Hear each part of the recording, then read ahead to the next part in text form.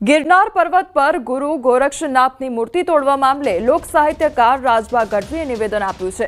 તેમણે કહ્યું છે કે જો કોઈ આ માટે જવાબદાર હોય તેની સામે કાયદેસર કાર્યવાહી થવી જોઈએ। સનાતન ધર્મની વાતો કરવાવાળા કેમ મૌન છે તે સવાલમાં કહ્યું તો ચોરી કરવા આવે તેની સામે પગલાં લેવાય એમાં શું બોલવું અને અન્ય ધર્મના લોકો આમાં હોય તો તોડી નાખવા જોઈએ તેવું પણ કહ્યું। मंदिरों में चोरी करता हो तोड़ता हो घणी जगह बने जल्दी पकड़ाय ने दंड मळवो जोईए अने आपणे दुख थाय धार्मिक ओला पर राक्षसी गति होय शू मंदिर होय के शू फलाण होय के शू तबेल होय एने बधो हरखो गणता होय आउट करता होय छे एने दंड मळवो जोईए। तो खरेखर अन्य जातना लोकोमां संडोवायेला होय तो शुं हो तो तोड़ी नाखवा जोईए। आ तो चोर तरीके चोरी करवा आव्या तोड़ी गया तो आपणे थाय के दंड मळी जाय। बाकी कोई धर्मनी दृष्टिएथी तोड्युं होय तो हजी घणुं थाय खबर पड्या पछी तो વડોદરામાં તંત્રની બેદરકારીના કારણે દંપતી ખાડામાં પડ્યું। રાવપુરા કોઠી 4 રસ્તા પર આ ઘટના બની। રોડ પર પટકાતા મહિલાને માથામાં ઈજા પહોંચી હતી તો મહિલાને સારવાર માટે હોસ્પિટલમાં ખસેડવામાં આવી। તંત્રએ માત્ર બેરિકેડિંગ કરીને સંતોષ માન્યો હતો। છેલ્લા ઘણા સમયથી રોડ પર ખાડો હોવાનો દાવો કરવામાં આવી રહ્યો છે। જો કોઈ દુર્ઘટના સર્જાય તો જવાબદાર કોણ તેને લઈને અનેક સવાલો ઉઠ્યા છે।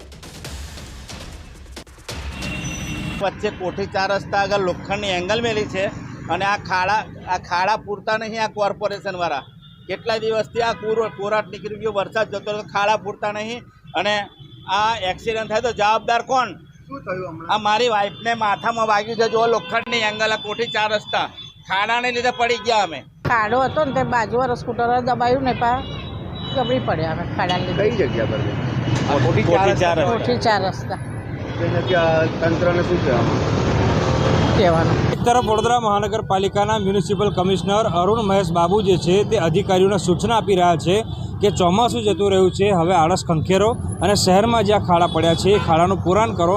પરંતુ આજે અધિકારીઓ છે તેઓ મ્યુનિસિપલ કમિશનરના આદેશને ઘોડીને પી ગયા છે। એના કારણે જે નિર્દોષ નાગરિકો છે તેઓ આ ખાડાઓનો ભોગ બની રહ્યા છે। આ દ્રશ્યો તમે જોઈ રહ્યા છો તે કોઠી 4 રસ્તા પાસેના દ્રશ્યો છે અને કોઠી 4 રસ્તાથી સલાટવાડા તરફ એક વૃદ્ધ દંપતી જે છે તે પસાર થઈ રહ્યું હતું અને વૃદ્ધ દંપતીનું જે એક્ટિવા છે તેનું બેલેન્સ બગડ્યું અને તેઓ બંને નીચે પટકાયા હતા અને જે વૃદ્ધ મહિલા છે તેને માથાના ભાગે અને હાથના ભાગે ઈજાઓ પહોંચી છે। ત્યારે દ્રશ્યોમાં જોઈ શકાય છે કે એક વૃદ્ધ મહિલા જે છે તે ઈજાગ્રસ્ત થયા બાદ વડોદરા મહાનગરપાલિકાના જે સ્માર્ટ અધિકારીઓ છે તેમણે બેરિકેડ મૂકીને સંતોષ માન્યો છે। ઘટનાને લાંબો સમય વીતી ગયો પરંતુ હજી સુધી આ જે ખાડો છે તેનું સમારકામ થયું નથી। એટલે ચોક્કસથી વડોદરા મહાનગરપાલિકાના જે સરકારી બાબુઓ છે તેમની કાર્યપદ્ધતિ સામે સવાલ ઊભો થાય। ઉલ્લેખનીય બાબત છે કે મ્યુનિસિપલ કમિશનરે કડકમાં કડક સૂચના આપી છે કે કોઈપણ ભોગે તમામ ખાડાનું સમારકામ કરો, પરંતુ અધિકારીઓ જે છે તે મ્યુનિસિપલ કમિશનરની વાત સાંભળવા માટે તૈયાર નથી અને પોતાની મનમાની ચલાવી રહ્યા છે। એના કારણે જે નિર્દોષ વાહન ચાલકો છે તેઓ અકસ્માતનો ભોગ જે છે તે બની રહ્યા છે અને વાહન ચાલકો જે છે તે આ ખાડાઓના કારણે ઈજાગ્રસ્ત થઈ રહ્યા છે। હાર્દિક દીક્ષિત, ન્યૂઝ 18 ગુજરાતી, વડોદરા। જૂનાગઢમાં બિસ્માર રસ્તાને લઈ કોંગ્રેસનો વિરોધ જોવા મળી રહ્યો છે। બિસ્માર રસ્તાથી લોકો ત્રાહિમામ પોકારી ઉઠ્યા છે। કોંગ્રેસ દ્વારા સહી ઝુંબેશ કેમ્પેન 4 દિવસમાં 20,000થી વધુ નાગરિકોની સહી લેવામાં આવશે। ત્યારે નાગરિકોની સહીવાળું આવેદનપત્ર કમિશનરને પાઠવવામાં આવશે। દર વર્ષે દિવાળી પહેલા રસ્તા બનાવવાની મહાનગરપાલિકા લોલીપોપ આપતી હોય છે તો 15 ઓક્ટોબરે કોંગ્રેસ દ્વારા મોટી સંખ્યામાં લોકોને સાથે રાખી આવેદનપત્ર આપવામાં આવશે। રસ્તાઓ અતિશય બિસ્માર હાલતમાં છે। અમે પોતે ડ્રાઇવિંગ કરીએ અને નગરપાલિકામાં થોડુંક જાગે સગવડ થાય અને રસ્તાઓ થોડાક સુધારે। અતિશય ખાડા રોડ ઉપર ખાડામાં રોડ છે કે રોડ ઉપર ખાડા છે ખબર નથી પડતી।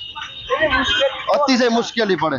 બજેટ બહાર પડે એટલે કોર્પોરેશનના સત્તાધીશો એક જાહેરાત કરે કે આવતી દિવાળીએ આ રસ્તા નવા બનાવશું, પરંતુ હવે 7-8 દિવાળી જતી રહી, હજુ સુધી આ નવા રસ્તાનો લાભ જૂનાગઢની પ્રજાને મળ્યો નથી। આજે જૂનાગઢ શહેર કોંગ્રેસ સમિતિના તમામ હોદ્દેદારો સાથે અમે 20,000 સહી એકત્રિત કરવાનું આ સહી ઝુંબેશ ઉપાડ્યું છે। 11 તારીખથી લઈ અને 14 તારીખ સુધી શહેરના અલગ અલગ વિસ્તારમાં સહી ઝુંબેશ ચાલશે। 20,000 સહી એકત્રિત કરી 15મી તારીખે કમિશનરશ્રીને આવેદનપત્ર આપવાનું નક્કી કર્યું છે। વડોદરા શહેર દિવાળી પહેલા ખાડા મુક્ત બનશે। જી હા, આ ખાતરી મ્યુનિસિપલ કમિશનરે આપી છે। શહેરમાં ખરાબ રસ્તાઓ અંગે સતત મળી રહેલી ફરિયાદોને ધ્યાને લઈ મ્યુનિસિપલ કમિશનરે તાત્કાલિક અધિકારીઓની બેઠક બોલાવી હતી અને કડક આદેશ આપ્યો છે કે દિવાળી પહેલા શહેરને ખાડામુક્ત બનાવવાનું છે. કમિશનરે ચેતવણી આપી છે કે જો તંત્ર સમયસર ન પહોંચી શકે તો ખાનગી કોન્ટ્રાક્ટરોને કામે લગાડો. એક જ રોડ પર વારંવાર પેચવર્ક થવા છતાં રસ્તાઓની હાલત સુધરતી ન હોવાથી તાત્કાલિક સમારકામ શરૂ કરવાની સૂચના અપાઈ છે. નોંધનીય છે કે ચોમાસા દરમિયાન 5 કરોડના ખર્ચે 6000 ખાડા પૂરાયા હોવા છતાં અનેક વિસ્તારોમાં ખાસ કરીને અકોટા વિસ્તારમાં ખાડારાજ યથાવત હોવાથી તંત્રની કામગીરી પર સવાલો ઊભા થયા છે. તેથી હવે તંત્ર ફરી એક્શન મોડમાં આવ્યું છે. સિટીની અંદર ખાડાઓ છે, પેચવર્ક્સ છે અને રીસર્ફેસિંગનું કામગીરી કરવાનું છે. એમાં તમામ zonal engineers, road project department આ બધાને અમે તાત્કાલિક ધોરણે બોલાવવાનું કીધું છે કે જે ક્વોન્ટમ ઓફ વર્ક જે ચાલી રહ્યા છે એને 5 ગુણા વધારે કરવા માટે કીધું છે. અમુક વખતે, નોટ એવરી ટાઈમ, આપણે એન્જિનિયર્સ સ્થળ ઉપર નથી રહેતા, પણ એને રહેવા માટે કીધું છે જેથી કરીને ક્વોલિટી ઓફ વર્ક સારી રીતે થાય. અને તમામ ઝોનલ એન્જિનિયર્સે ખાતરી આપી છે કે આવનારા દિવસોમાં દિનરાત આ કામ, રોડ રીસર્ફેસિંગનું કામ દિવાળી પહેલા પૂરું કરવાનું અને ખાડાઓ જે પુરાવાનું કામગીરી છે, પોટહોલ્સની પૂરું કરવાનું છે, જેટ કચર મશીનનું યુઝ કરવાનું છે, આના ઉપર ભાર મૂકવાનું કીધું છે. અમદાવાદ શહેરમાં ટ્રાફિકની સમસ્યાને લઈ મહાનગરપાલિકા દ્વારા નવી પહેલ શરૂ કરવામાં આવી છે. સ્ટાર્ટઅપને પ્રોત્સાહન આપવા માટે મહાનગરપાલિકાની સ્ટેન્ડિંગ કમિટીએ નિર્ણય કર્યો છે. શહેરના 5 અલગ અલગ સ્થળો પર સ્માર્ટ પાર્કિંગની વ્યવસ્થા ઊભી કરવામાં આવશે. સિંધુ ભવનમાં પ્રાયોગિક ધોરણે પાયલોટ પ્રોજેક્ટ સ્માર્ટ પાર્કિંગનો કર્યો હતો, જેની સફળતા બાદ શહેરના અન્ય 5 જાહેર માર્ગો પર સ્માર્ટ પાર્કિંગ વ્યવસ્થા ઊભી કરવામાં આવશે. એપ્લિકેશનના માધ્યમથી કાર ચાલક કઈ જગ્યાએ પાર્કિંગ ખાલી છે તે પણ શોધી શકશે અને કાર પાર્કિંગ કરી શકશે. તેમજ પાર્કિંગ ચાર્જ પણ QR કોડના માધ્યમથી પે કરી શકાશે. સ્માર્ટ પાર્કિંગ એક પ્રકારનું સ્ટાર્ટઅપ છે અને એને આધારે વાહન ચાલકો પોતાની ક્યાં જગ્યા ખાલી છે, સ્ટાર્ટઅપ પર આપણે વાત કરીએ, સ્માર્ટ પાર્કિંગ ઉપર પોતાનું વ્હીકલ કરે અને ઓટોમેટિક સ્કેન કરતાં લગભગ 3 મિનિટની અંદર આપણે વાત કરીએ કે ગાડી ત્યાં આગળ પાર્ક થઈ જતી હોય છે અને કઈ જગ્યાએ લોકેશન ખાલી છે એ સ્કેન કરવાથી એને લોકેશન પણ મળી શકે. એ રીતે અત્યારે હાલમાં 5 જગ્યાએ મહાનગરની અંદર સ્માર્ટ પાર્કિંગનો વિચાર કરવામાં આવ્યો છે. આગામી દિવાળીના પર્વને લઈને ઝાલોદ પોલીસ દ્વારા વેપારીઓ સાથે બેઠક યોજવામાં આવી. દિવાળી પર્વ દરમિયાન કોઈ અનિચ્છનીય બનાવ ન બને તે માટે ડીવાયએસપીના અધ્યક્ષ સ્થાને ઝાલોદ પોલીસ મથકે સોના ચાંદીના વેપાર કરતા વેપારીઓ સાથે બેઠક યોજવામાં આવી હતી, જેમાં કોઈપણ શંકાસ્પદ વ્યક્તિ જણાઈ આવે અથવા કોઈ અનિચ્છનીય બનાવ બને તેવી પરિસ્થિતિમાં પોલીસને જાણ કરવા, સીસીટીવી ચાલુ રાખવા અને પોલીસને જરૂરી સહયોગ આપવા જેવી બાબતો પર ચર્ચા કરવામાં આવી હતી.